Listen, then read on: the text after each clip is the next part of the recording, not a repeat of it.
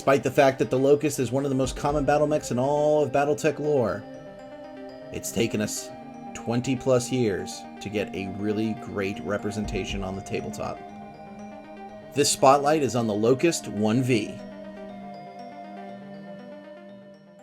So if we're going to be talking about the Locust today, I think we should start at the very beginning, going back all the way to the early 80s, and where the design originated.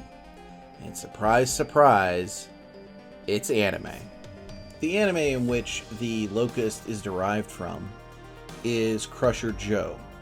Now, I have not seen Crusher Joe, although after doing a bit of more research on Crusher Joe for this video, I think it's right up my alley in terms of anime that I would like. In the early 80s, FASA Games licensed lots of mecha designs from different anime from a company called TCI, or 20th Century Imports. That's going to be the subject for other videos. I've already kind of addressed it in some other stuff here and there. But that story is so complicated and has so many twists and turns. It's not, we don't have the time to go over it here. But the design that was in Crusher Joe, known as the Ostall, Ostall, was what would be eventually become the Locust. And because it was part of that initial licensing deal from TCI, it joined the list of the unseen. And a quick refresher for those that may not know or may have forgotten, the unseen are a list of mechs that were off limits due to a licensing disagreement that came out of the 1990s lawsuit with Harmony Gold. But let's steer this back to BattleTech. So the Locust is one of the most recognizable mechs in BattleTech lore, not only in universe but outside.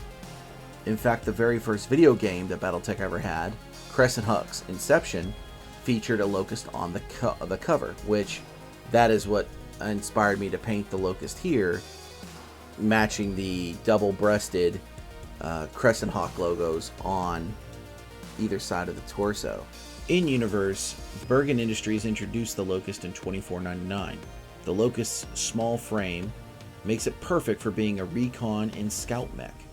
The Locust itself is armed pretty lightly, which makes sense because of its battlefield role as a scout, right? It's armed with one medium laser located in the center torso, and each arm holds a single machine gun. But this particular chassis design, the Locust 1V, doesn't end here. There are at least 15 other variants of the Locust going all the way through to the Dark Ages. So one could say this mech's lifespan has legs.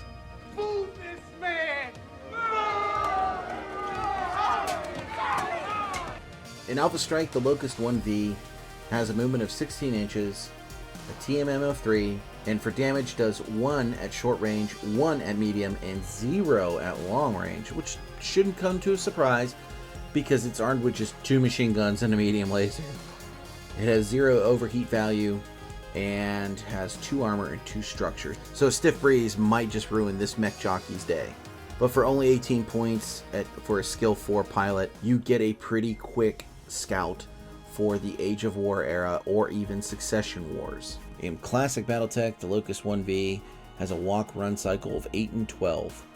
And again, it's only armed with 2 machine guns and a medium laser, but comes in at a whopping 432 battle points. It is also very thin on the armor, kind of like its Alpha Strike brother, which again, shouldn't come to a surprise to anyone.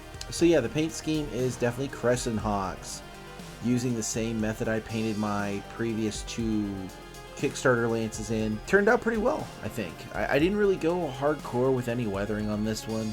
I just really wanted the wash to do what the wash does and didn't really want to chip much. Pretty late in the game, I did clip the plug under the left foot, which is why there's a little bit of a gap there.